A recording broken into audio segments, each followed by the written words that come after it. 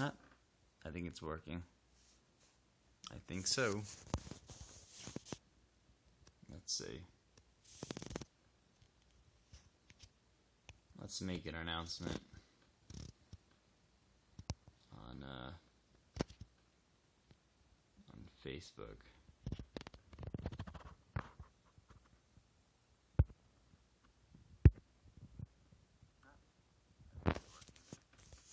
Okay, there we go. I don't actually even know if anybody's watching. I can check the analytics, because if you're not, I'm not going to talk. I'm just going to sit here.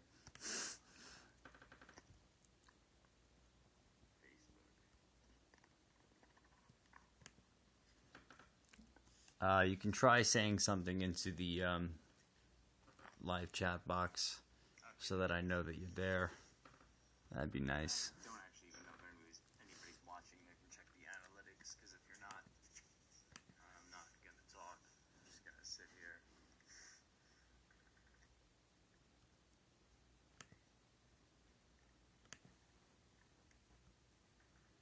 Give me a sign. Try saying something into the live chat box so that I know that you're there. That'd be nice.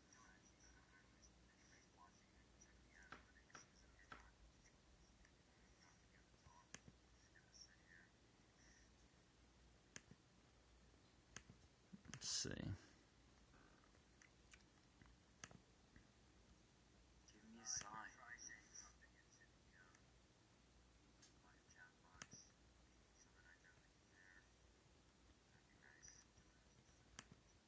I'm going to share the announcement with our group so that everyone's aware.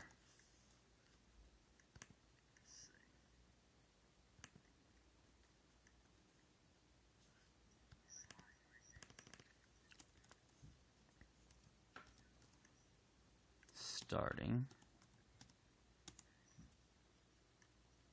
I'm going to share the announcement with our group so that I'm seeing that one person's watching. I don't know who that is, but you're a good. You're a soldier.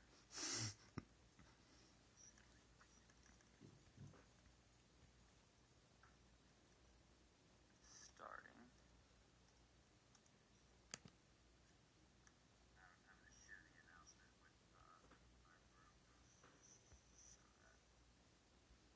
I'm seeing that one person's watching. I don't know who that is, but you're a good. You're a soldier. I'd like to at least get a couple of people in here before I get started, because otherwise I would have just sat this one person down face to face and had this conversation with them.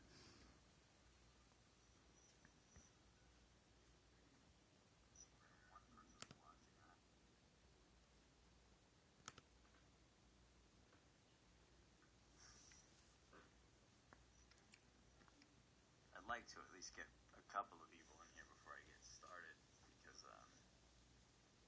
otherwise I would have just sat this one person down face to face and had this conversation with them.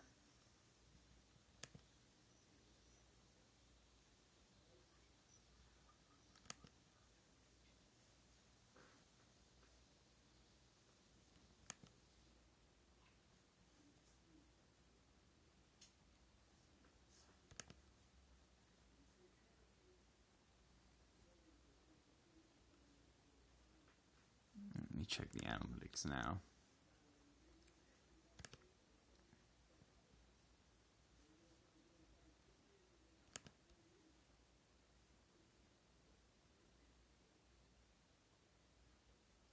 Well, if nobody shows up, I'm going to do it anyway, and I'm going to record it, and then I'll post it later. But the whole purpose of it being live was to make it a little more interactive. But I suppose that people can ask their questions and make suggestions later, and then I can respond to them in non-real time. That's not as fun.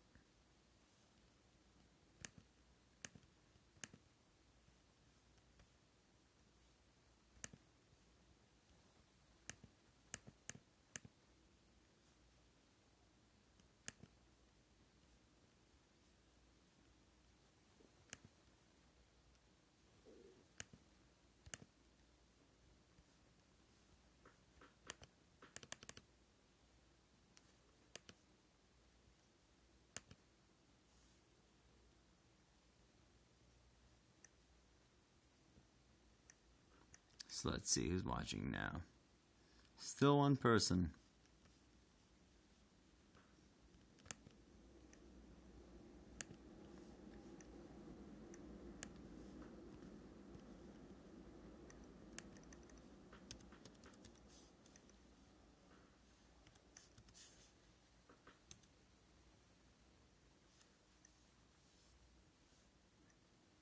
So let's see who's watching now. Still one person.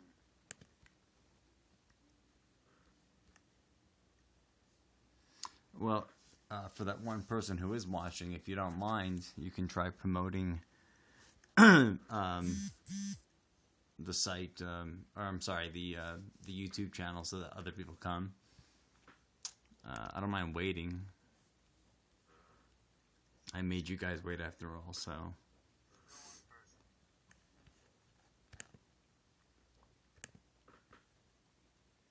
Well, for that one person who is watching, if you don't mind, you can try promoting the site, or I'm sorry, the YouTube channel, so that other people come. I don't mind waiting.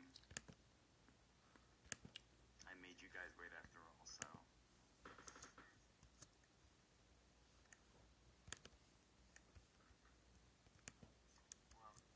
for that one person who is watching, if you don't mind, you can try promoting the site, or I'm sorry, the YouTube channel, so that other people come. I don't mind waiting. I made you guys wait after all, so.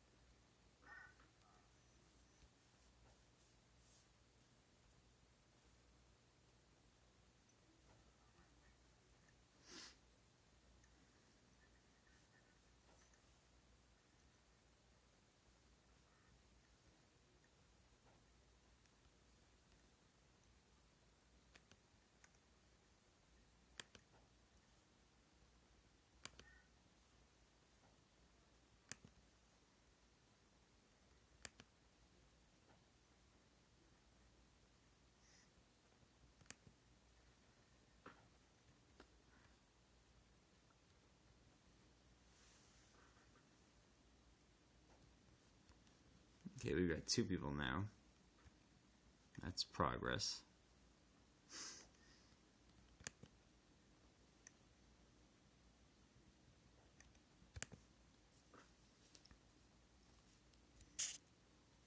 Well, in any case, what I was planning to do, I had prepared some notes, and the plan was to begin not only with, to begin with Women's International Women's Day, and not just the month, which was passed by Congress much later. But the origins of the day are socialist. It was decided, I believe, in 1917? No. It was decided, I think, at the International Women's Conference that preceded the Second International of Socialists. In around, I want to say, let's see. I believe in 1917? No. Yeah, around 1918. I could be wrong.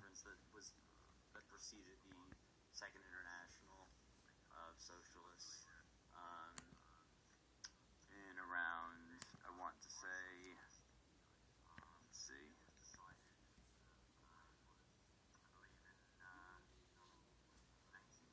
In any case, the original holiday was a celebration of women's suffrage and equal pay and its ratification, but a date hadn't been set yet to celebrate the holiday. So in different countries around the world, there were different days for the celebration. It was celebrated in Austria-Hungary, I believe on March 8th, with 300 different rallies and protests around the country. And I don't know if people know where this is, but it was also it took place in Trafalgar Square in Westminster in central London in England, where actually a lot of protests since then and demonstrations have taken place throughout the years, most recently for immigration reform. I don't know if people know where this is, but it was also it took place in Trafalgar Square in Westminster in central London in England, where actually a lot of protests since then and demonstrations have taken place throughout the years, most recently for immigration reform. I don't know if people know where this is, but it was also it took place in Trafalgar Square in Westminster in central London in England, where actually a lot of protests. So most of the works of the authors and the political theorists that I'll be citing in this video will be posted on my Facebook page in PDF format for free, so that you can read them in their entirety. And I'd like to begin with just a broad definition of what feminism is, even though obviously there are so many competing definitions and a lot of divisions within the movement over I wouldn't say definitions, but practice and theory. But I think that nonetheless a general definition is still appropriate. And I have chosen to, and you can correct me if you want, have chosen to define it as a response to existing social relations between the sexes of power, economic distribution and ownership, political power, access to resources, the devaluation of female productive and reproductive labor, and gender differentiation arising from entrenched patriarchal and heterosexist white male privilege.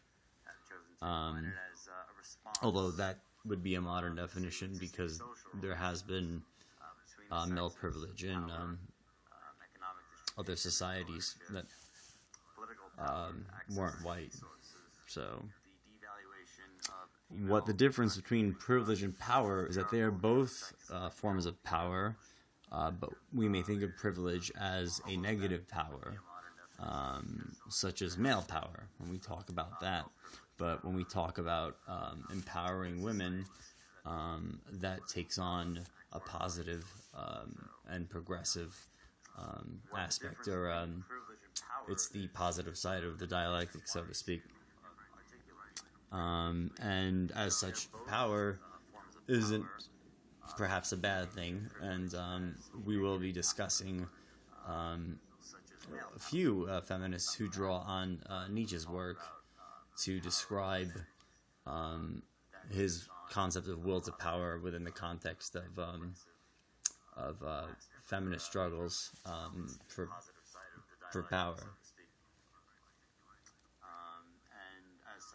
And this negative power, I would specify, is a power over others, where a progressive power is a power to act or to decide. And that's the fundamental difference between power and privilege. Also, we may power is to dominate subordinated subjects based on differences in and evaluation of others, the other, who has different social, racial, gender, and economic categories, and is typically essentialist in nature, to justify the oppression and the exploitation.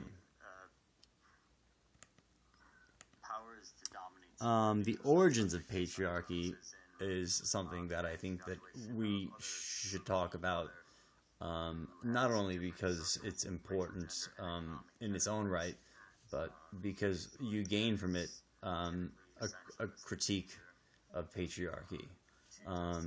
It's sort of like Nietzsche's concept that an ontogenetic critique is the most effective way of deconstructing a set of concepts and exposing its contradictions, or Marx's more systems dialectic approach. But both are overlapping, and they do have a lot of methodological principles in common, but we'll go into how they're different later. So I'd like to begin with, ironically, not a female feminist, but that's because there weren't really many back then, with Engels' Origins of Family Private Property in the State, which is one of his probably most important works of anthropology. And as I told the members of Palimpsest earlier, I thought that beginning with anthropology would be a good point of departure for the discussion, since the idea of gender as a social construct and differences between the gender and inequalities between the gender as not a natural or essential or inherent property of human beings arose with some of the discoveries made in the field of anthropology. So, and Engels, keep in mind, was very limited in the empirical, the empirical evidence and scientific data that he had at his disposal compared to us today. And nevertheless, many of his predictions or his inferences from the limited information he had turned out to be quite prescient. There were some mistakes that I'll go into later in not his method, but in the application of his method. And to quickly contrast Engels with Shula Smith Firestone, who talks about him and Marx a lot in her book, The Dialectic of Sex, which was written in 1970 and dedicated to Simone de Beauvoir. She writes, "It would be a mistake to attempt to explain the oppression of women according to the strictly economic interpretation. The class analysis is a beautiful piece of work, but limited, although correct in a linear sense.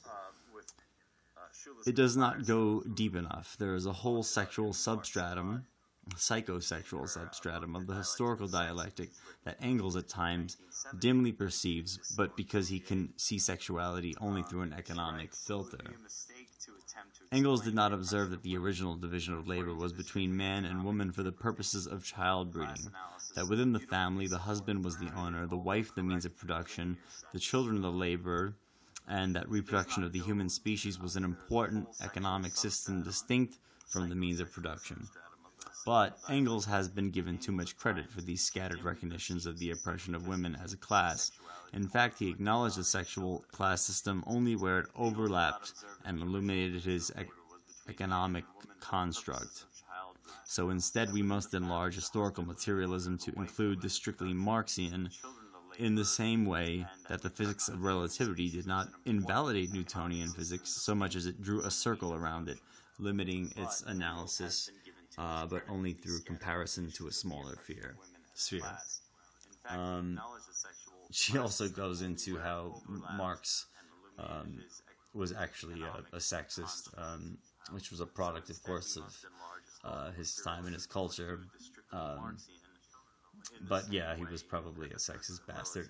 She indicates, however, that it's not Marx or Engels so much and their ideas that she's using or applying in her dialectic of sex, but the method and extending it to the sexual sphere, which interestingly enough is in anticipation of Freudian and later on Deleuzian thought, which puts both political economy and flows of desire, libidinal desire, on the same plane of circulation, and on what's called an immanent plane. Foucault also had a similar approach where, unlike Marx, who examined the material base of society as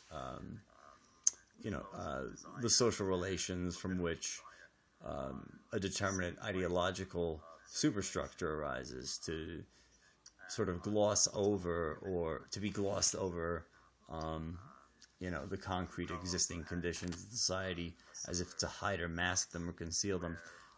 In contrast, Foucault was more interested in how power relations themselves were both constituted by and constitutive of ideas and concepts such as man, woman, human, and therefore he was an early social philosopher whose works contributed to a lot of later cyborg and post-human or transhumanist thought in philosophy and in politics. I would also probably add that there's a similar, although not identical, concept in Marx's works, in which he coins the term species being to describe the universal or universally liberated human that has within it all of the determinate stages through which human beings must pass through in each of the stages, antagonisms, in order to achieve their full potential as free laborers, and free to use labor, not to exploit one another, but to develop in all directions all of their faculties, intellectual and spiritual, physical and mental. In any case, Engels did say, and this is from The Origins of Family, he wrote, the first-class antagonism which appears in history coincides with the development of the antagonism between man and woman in monogamous marriage, and the first-class oppression with that of the female sex by the male. But it should be noted that this passage is often misinterpreted. The passage should not be misread as it is occasionally by saying that the first-class oppression is that of the female sex by the male, because the key expression here is coincide.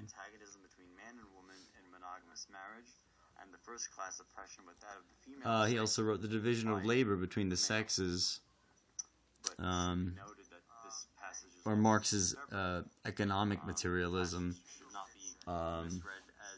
was the method that he was using to examine and investigate or understand the fundamental causes of the origins of patriarchy and women's oppression.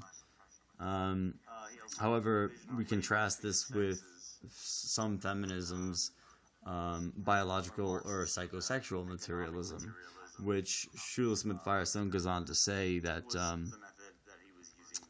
that the assumption that beneath economics reality is psychosexual is often rejected as ahistorical by those who accept a dialectical materialist view of history, because it seems to land us back where Marx began.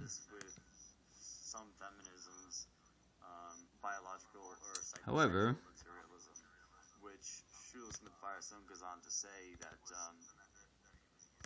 sorry, you just had to reconnect here. Economics reality is psychosexual is often rejected as ahistorical by those who accept a dialectical materialist view of history because it seems to land us back where Marx began.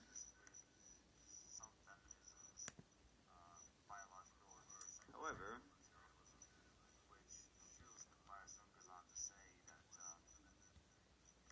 sorry, just had to reconnect here.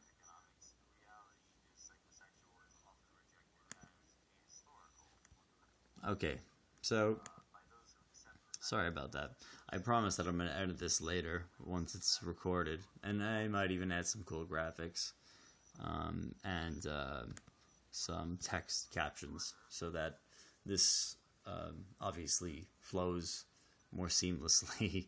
But given the medium, you know, there's going to be some difficulties here and there and bumps in the road. But we're going to just have to deal with that because, I mean, we're talking about the struggle for people's liberation. I'm pretty sure that we can wait a couple of minutes to figure out how to fix a computer problem so that we can do that. But if you can't, if you're busy, if you got to go watch, I don't know, Mad Men or something, just leave now, and you probably shouldn't ever come back. It's a good show, though. Not as good as this one, but it's fairly good. So she says, in response to the criticism of her dialectic being ahistorical, that there is still an untried third alternative. We can attempt to develop a materialist view of history based on sex itself. Sounds good to me.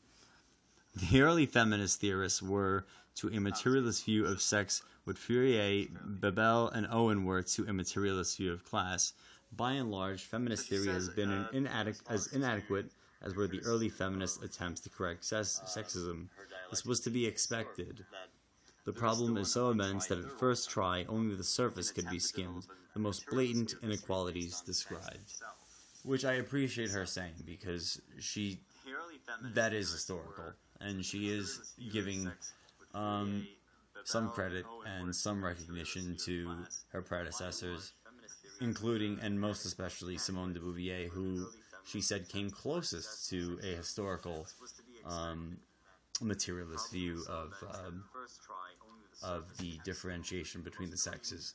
Although at the same time she remains critical of some of the existential categories that are insinuated in Simone de Beauvoir's work, particularly the second sex, and accuses her husband, or not her husband, but her lover, Jean-Paul Sartre, for possibly having influenced her into polluting her ideas with his existentialism. But like he said, hell is other people, so, you know, I guess he was hell to her.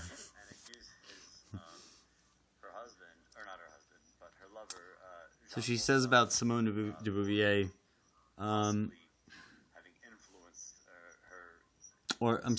Simone de Beauvoir says in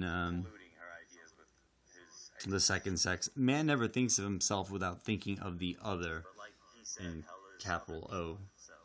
He views the world under the sign of duality, which is not in the first place sexual in character, which is not sexual in character is italicized by Firestone, but being different from man who sets himself up as the same, capital S, it is naturally to the category of the other that woman is consigned. The other includes woman.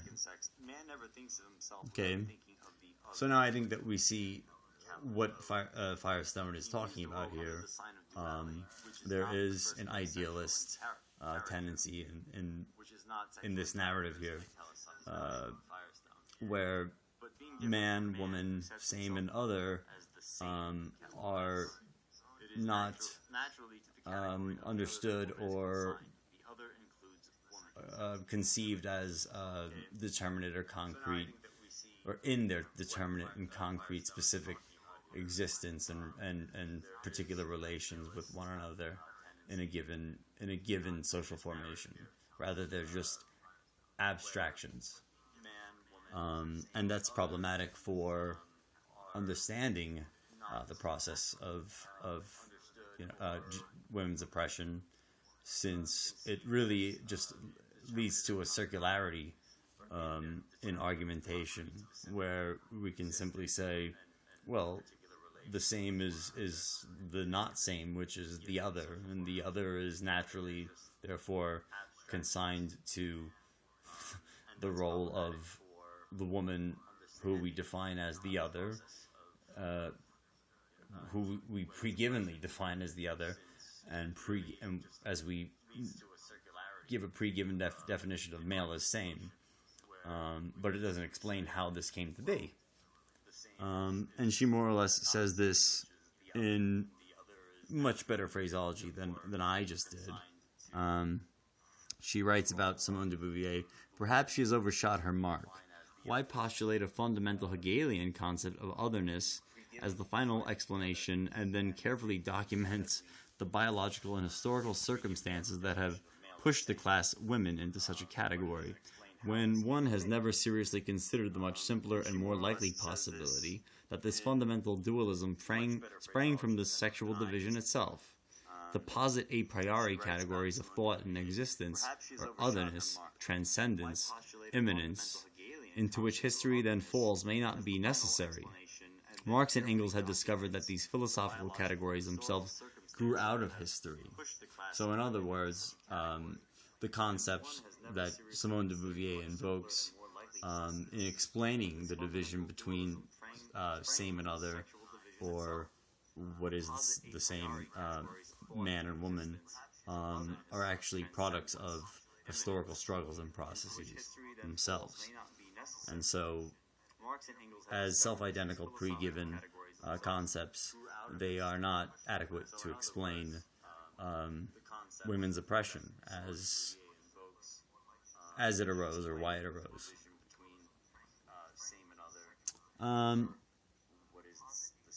And that brings me actually to an interesting point here. We have two brilliant anthropologists, Etienne and Leacock, who, in the introduction of Women and Colonialism, Anthropological Perspectives, which I recommend that everybody read if they haven't, they write that most description of Australian culture suffer from male bias. A recent work has discovered evidence of female autonomy, the participation of women in ceremonial decision-making, the marriage of older women to younger men, the building of female solidarity among in-laws, the women's section of the camp, which is off-limits to men, and whose women can carry on affairs with men they wish to without any obligation to formal marriage. I would also say that you should look at Bell's Descent Politics, which is in the same work. The reason I bring this up is because it actually affirms empirically Shula Smith Firestone's own thought about a sexual division of labor. Friedel, who is also an anthropologist who didn't believe that patriarchy was natural, and that it had to have arisen at some point for some structural reasons, and therefore had an end, although she wasn't quite as radical in her conclusions as her contemporaries who wrote Women and Colonialism.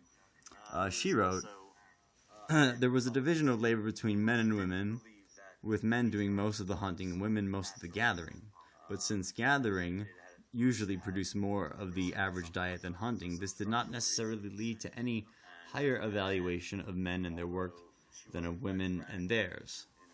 So already we have, at this point, in foraging societies, a division of labor, but not one where, you know, either sex's labor power is valued less than the others, and therefore the political power granted to each is equal, not only politically, but also, or formally, but also socially, in practice, in civil society, between the individuals themselves in the process of production and exchange.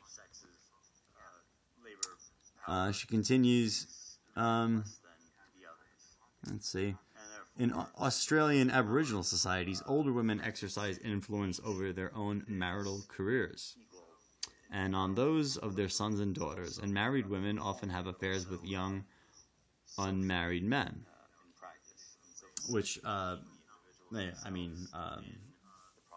many have had those with me as well, but they weren't Australian, so...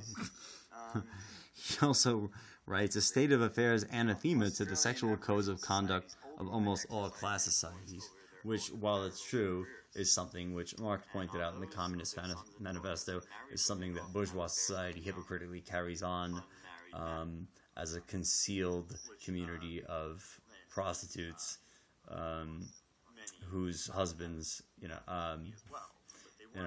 take pleasure in competing with one another to cheat on them. So that's the world that Marx lived in, and the one that we kind of still live in, but worse. So, but having gotten through some of the anthropological, basics, I don't want to get into too much detail because that's not what this is all about. I would like to begin. I'm trying to avoid a linear approach that's purely chronological, but first wave feminism is probably a good place to start so that we can understand later manifestations of feminism in America and elsewhere. And I am unfortunately limiting this broadcast to feminism in the United States and in advanced countries, and I'll be doing another feed probably tomorrow on feminism and feminist struggles and women's rights in the global south and in developing countries, which isn't a separate issue, but actually intersects with the imperialist capitalist male patriarchy that imposes that patriarchal formation on the third world today. I'm sorry for using an outdated term like third world, but it's fun, and it makes me feel like Stalin, so. But the two major, and everybody knows this, of course, who's taken a high school history class, I hope, the two major spokeswomen for first wave feminism in America, who had very different lives. One was very poor and one was very rich, were Susan B. Anthony and Elizabeth Cady Stanton. Now, first wave feminism is a demand, essentially, and I'm oversimplifying probably, but it's a demand for political rights.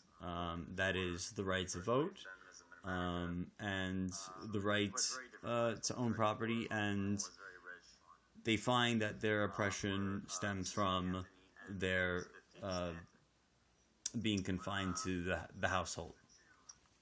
And fair enough, but we will see later on, once women enter the workforce en masse, that there's still a problematic, which is defined as by the liberal feminist tendency that advocates that and only that as the goal of female liberation. Now, Susan B. Anthony actually did say something that I find interesting because, Elizabeth Cady Stanton said something interesting. She was the president of the National American Women's Association. She was voted to be. And it's interesting because this happened in the 19th century, and yet she is articulating what later came to be known as intersectional politics, which has become probably an overused word in social media among internet activists, because it's just something that they like to throw around without explaining, how these intersections arise. It's enough for them to just say that something is intersectional and that oppression intersects along race and gender and economic lines, for them to, as if they'd figured something out, rather than pointed out the problem that needs to be figured out. But they're on Twitter, and they're just angry kids that didn't go to Occupy Wall Street or didn't do any activism until Occupy Wall Street. So what the fuck do they know? Also, am I the only one who's tired of like white guys whining about white privilege on like the internet? Like, I'm sorry, you don't get that many points for being a white guy who knows that you're privileged and then admits it, as if, and gets angry about it, because frankly, I honestly don't know how you'd react if it got taken away. And just for the record, I'm Puerto Rican, so I get to say that. I get to say that about white people. And for any white men who are listening in on this, please, just try to limit your comments about how white privilege is the reason for every goddamn bad thing in the world, because it's not for you. It's the reason why you went to school and learned that you were white and privileged, whereas I knew it when I was 5 years fucking old. But that's okay. That's okay. You do have better access to education, but not street smarts. Or what we call the difference between theory and practice. So there was a concerned focus of the movement, that the movement was too narrow, too moderate, and too middle class for Stanton, who said that all types of classes, races, and creeds should be organized in the movement for suffrage and in the movement for civil rights, which did intersect in both the 19th and the 20th century in the 60s, which shows me that intersectional politics is something that naturally arises out of any challenge to the existing social order. The black question inevitably raises questions about sex and sexual rights and gender and economics and culture. So it's one thing to say that you're an intersectional activist, but this has been a practice since the 19th century, apparently. And it was coined, in fact, and I don't know how many people know this who bandy around the word, by a black legal scholar whose name was... sorry, Jesus, how did I forget her name?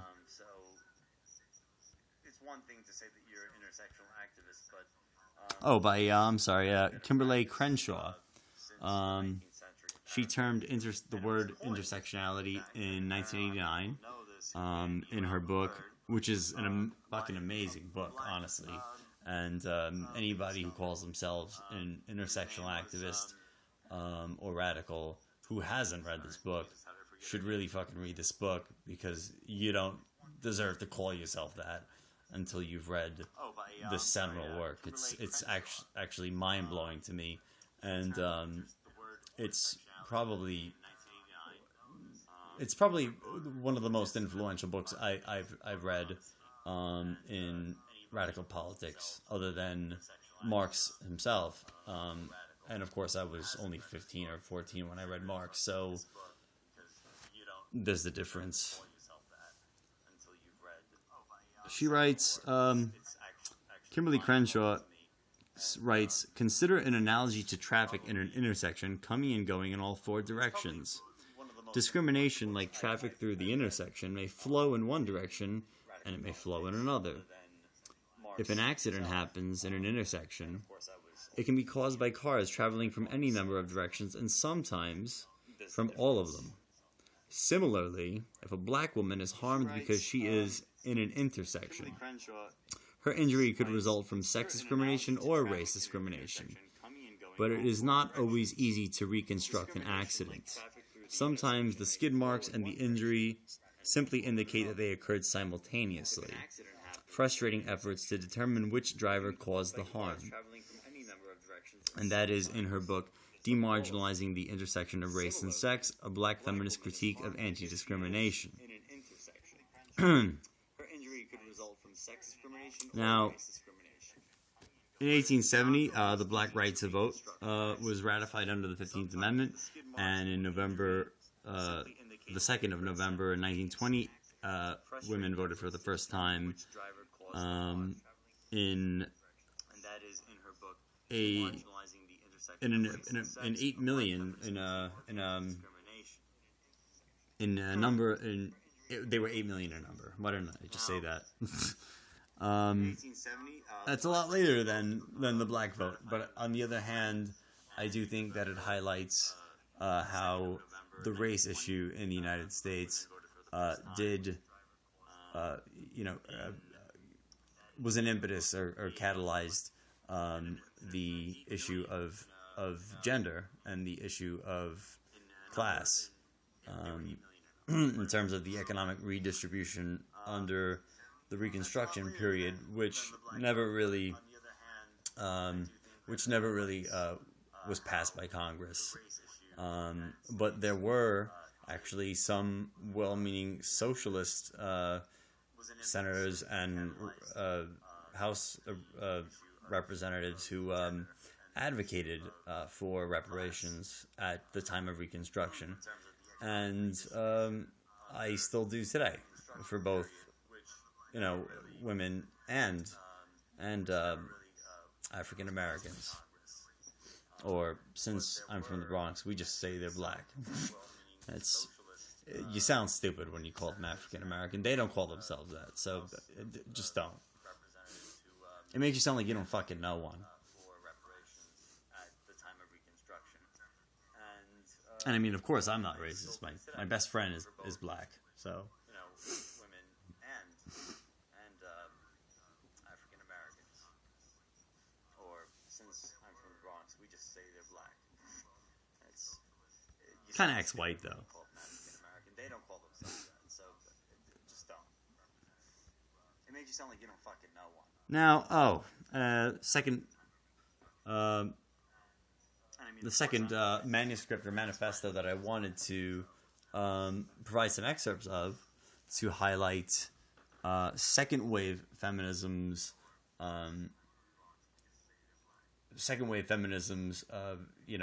appearance in the 1960s and 70s, and to also highlight its inherent contradictions and limitations, is the Hyde Park chapter of Women's Liberation in Chicago's manifesto of a socialist strategy for women's liberation, which was published in 1972, and I love it because it's so characteristic of that 1970s, late 60s, radical sort of vernacular. It's just kind of badass and kind of nostalgic. So I enjoyed it for that reason, but also for the fact that it is still, it still holds a lot of value today, even in the era of the knowledge economy and of biopolitics. So again, to highlight the transition from first to second wave feminism, I'll read you this, and then we'll talk a bit about that.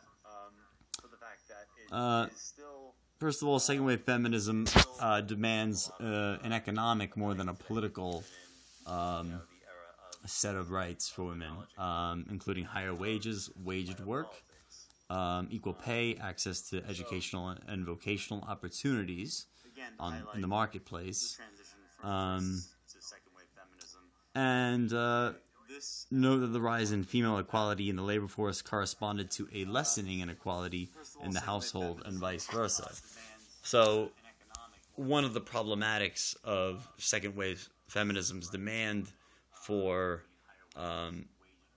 women in the workplace had been that they wound up often just performing a dual role where they had to both be exploited at a lower wage in the workforce on the marketplace, and then later on at home be exploited again as the domestic worker who did the chores and the cooking for the husband who also worked, and that led to a lot of guilt and a lot of stress and despair among women that you probably can remember being emphasized in the book the feminine mystique, which is also a great work that I've only read parts of, but she does go into how a lot of the liberal feminists and their rank and file wound up entangled in this contradiction between the public and the private sphere, which I'm bringing up because a Marxian analysis, since we are committed, at least in theory at palimpsest, to a socialist and a feminist, or perhaps feminist socialist ideology, is that they each need the other, and that the public and the private sphere are actually constructs of commodity production, and that what women do in the home, where they're consigned to, is actually social labor and reproductive labor at that, that is super exploited at a wage rate of 0. So in other words, it's unpaid labor that supports and is a constituent element within the commodity or commodities that the husband's wage pays for when he comes home, and that she does contribute to the overall exchange value of the commodities in society by providing not only her reproductive organs for child rearing, but also for doing the cooking and the raising of the children to create the next generation of laborers to sustain the capitalist surplus labor that's necessary for exploitation, and therefore the extraction of surplus value over and above the value of the time that's necessary for the laborer to work to produce his or her wage exists. So that's the more economic perspective, and there's even problems with that in the sense that we still haven't gotten beyond the fetishizing of work, and we haven't gotten beyond the idea that our individual subjectivities should be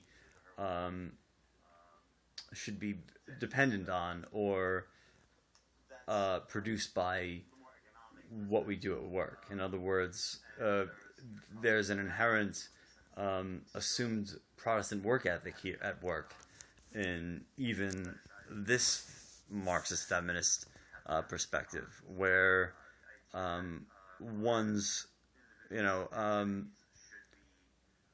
one's identity as a subject, as a woman, as a man, is invested in their job, and therefore we have a globalized, gendered and genderizing division of labor, which is an interesting point because I think that as Marxists and feminists, or socialists and feminists, class has become possibly a less potent category. It's still conceptually useful for analysis, but it has been argued in a book that I've only just recently read by Kathy Weeks called The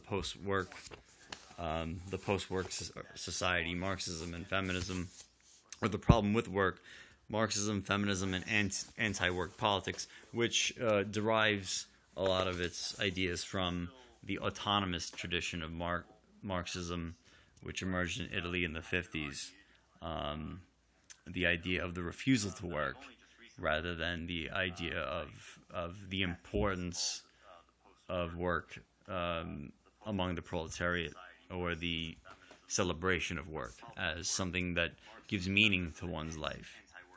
Now, I'll actually give you a couple of interesting quotes. I'll begin with Marx's famous quote from the first volume of Capital, in his first chapter on money, where he writes, "Let us therefore, in company with the owner of money and owner of labor power, leave this noisy sphere," that is the sphere of exchange, "where everything takes place in the surface and in full view of everyone, and follow them into the hidden abode of production, on whose threshold there hangs the notice, 'No admittance except on business.' Here we shall see not only how capital produces, but how capital is itself produced." Here he alludes to the fact that labor as a commodity and labor power as the exploited surplus value, or the exploited producer of value, is different from other commodities, because it is the only commodity that produces or reproduces both itself and capital, which is in fact labor that's dead and in the past and objectified. So they actually are dual aspects of the same process. Private property on the one hand and the immiseration of the working class on the other are the same thing, and therefore a communist abolition of private property would be the abolition of themselves as a class, and therefore the abolition of class as a whole. And this is why we call ourselves Marxists at the same time that we call ourselves socialists, is that the abolition of class is, in theory, and there have been historical movements that bear this out, have led to a withering away of the state, which is a term that Engels used, rather than the abolition of the state. We should say withering away of the state, as a working class state, which is the state being defined as democracy, if it's a working class state, eliminates the conditions for the necessity of a state, and for the necessity of a bureaucratic, judicial, and legal and police force, where those powers are returned to the communities who are armed themselves against the reactionaries. It's an interesting perspective, and I know that there's a prevailing opposition to guns, and there's that gun control and gun regulation is a popular left-wing policy, but I think that in the context of revolution, which we're not in at the moment, it might need to be reevaluated.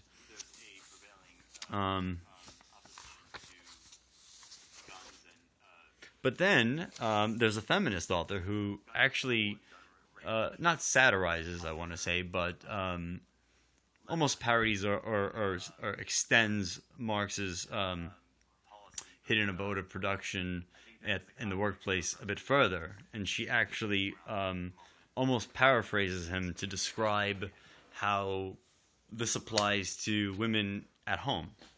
And this is by Nancy Hartsock, who wrote, "He who therefore followed behind as the worker, timid and holding back, with nothing to expect but a hiding, now strides in front, while a third person, not specifically present in Marx's account of the transactions between capitalist and worker, both of whom are male, follows timidly behind, carrying groceries, baby, and diapers."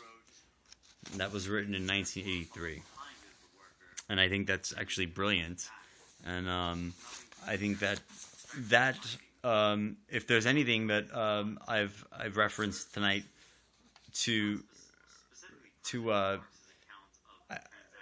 really generalize what I mean by socialist feminism and what the goals and the theories of palimpsest articulate, it's that is definitely the the paragon of what we're trying to represent. So and of course it's there will be disagreement among many of you, and that's fine, because self-critical discussion is necessary. And so feel free, of course, to challenge any of the views that I'm presenting, because these are just, of course, theoretical orientations that I'm putting out there for people to consider.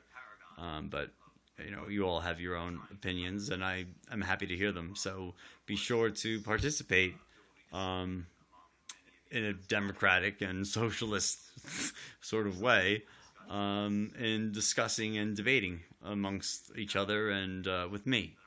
Not that you'll win an argument with me, because I'm a guy. And if you're not, you're screwed.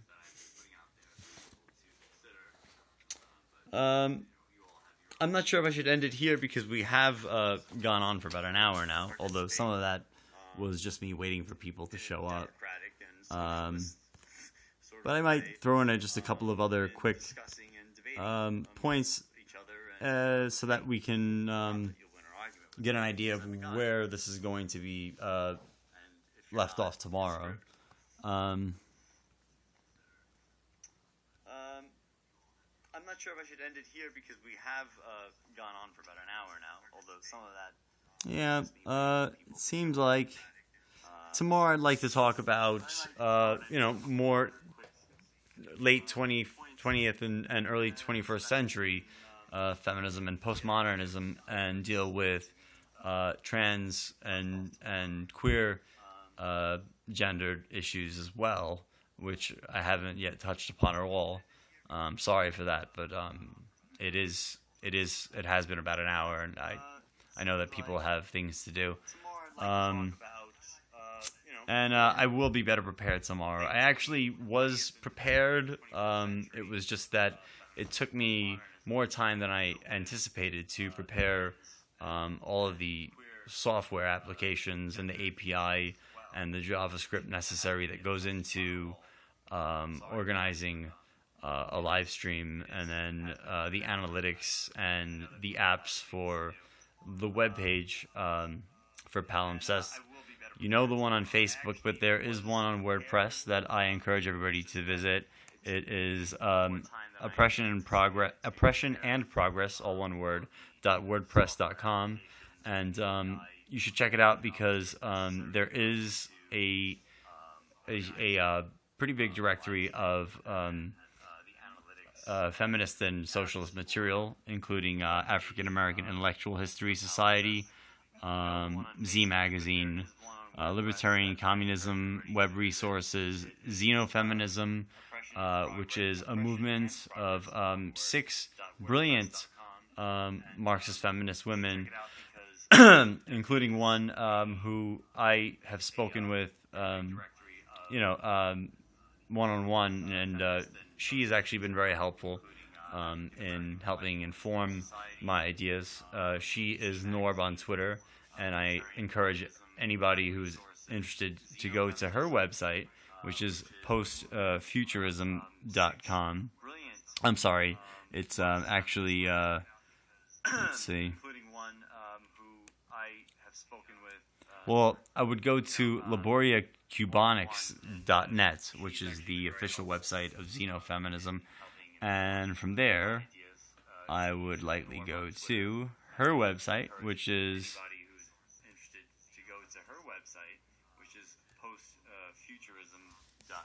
I'll get back to that later, but I believe it's postfuturist .wordpress, or maybe it's just postfuturist.com because she actually paid for the WordPress domain name. So, or it's .org, but it's postfuturist or postfuturism. I would Google it if I were you. And her name is her online name is Norb, and I actually have an article of mine published on there, not to shamelessly self-promote, but there are other articles on there, including her own. She's brilliant, and I encourage anybody who appreciated this to go over there and probably enjoy that more, since she's a lot smarter than I am, but she is a good friend. She's a firm believer in the idea of alienation as and technology as an instrument of both oppression, but also an instrument of liberation, which is it's a refreshing, return to, Marxism in its most, in its purest form, and in its philosophical form. And at laboriacubonics.net, LABORIACUBONIKS.net, you can read their manifesto, which she contributed to. It's genius. It's a manifesto for a universal emancipation of society and of women, and an endorsement of replacing male rationalism with a universal rationalism, without denying rationalism as a useful and important concept and approach to society and history. So I would like to thank her and anybody who watches this and participates by asking any questions or just giving me a compliment, which I never, protest to. I appreciate that you guys actually took the time to listen to this, and I encourage you to do your own research, not just go to my site, but feel free to always comment on and leave posts on the Facebook page for Palimpsest, because that's what it's there for. So with that being said, I'm going to end it now, and I hope that you all have a good night. And for those who didn't come see the live stream and who are seeing it later, thank you now for actually showing up. So take care. Peace, comrades.